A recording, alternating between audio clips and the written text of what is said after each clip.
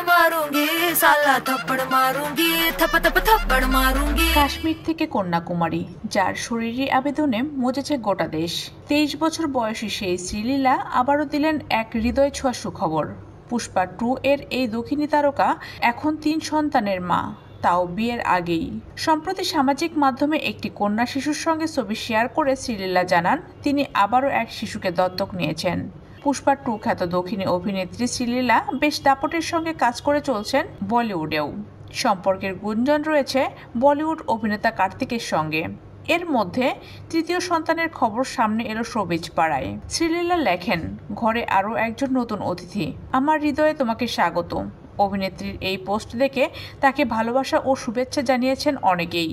2022 সালে তিনি একটি অনাথ আশ্রমে গিয়েছিলেন। সেখানেই গুরু আর সবিতা নামে 2 শিশুর খোঁজ পান শ্রীলীলা।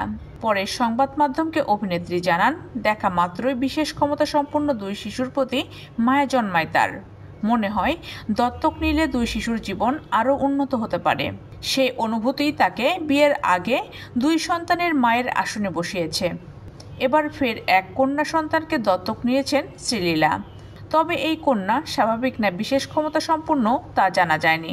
শ্রীলীলার ব্যক্তিগত জীবন একটু অন্যরকম। বেঙ্গালুরুর স্ত্রীরোগ বিশেষজ্ঞ স্বর্ণলতার মেয়ে তিনি। শোনা যায় শিল্পপতি সুরপানিনী শুভকর রাওয়ের সঙ্গে মায়ের বিচ্ছেদের পর তার জন্ম হয়। অভিনেত্রী যখন বিনোদন দুনিয়ায় পা রাখেন তখন তার নামের সঙ্গে সুরপানিনীর নাম জুড়ে গিয়েছিল। পরে শ্রীলীলা এবং শিল্পপতি উভয়ই সেই সম্পর্ক অস্বীকার করেন। इसकी फोटो उसकी फोटो एल्बम में तक देना।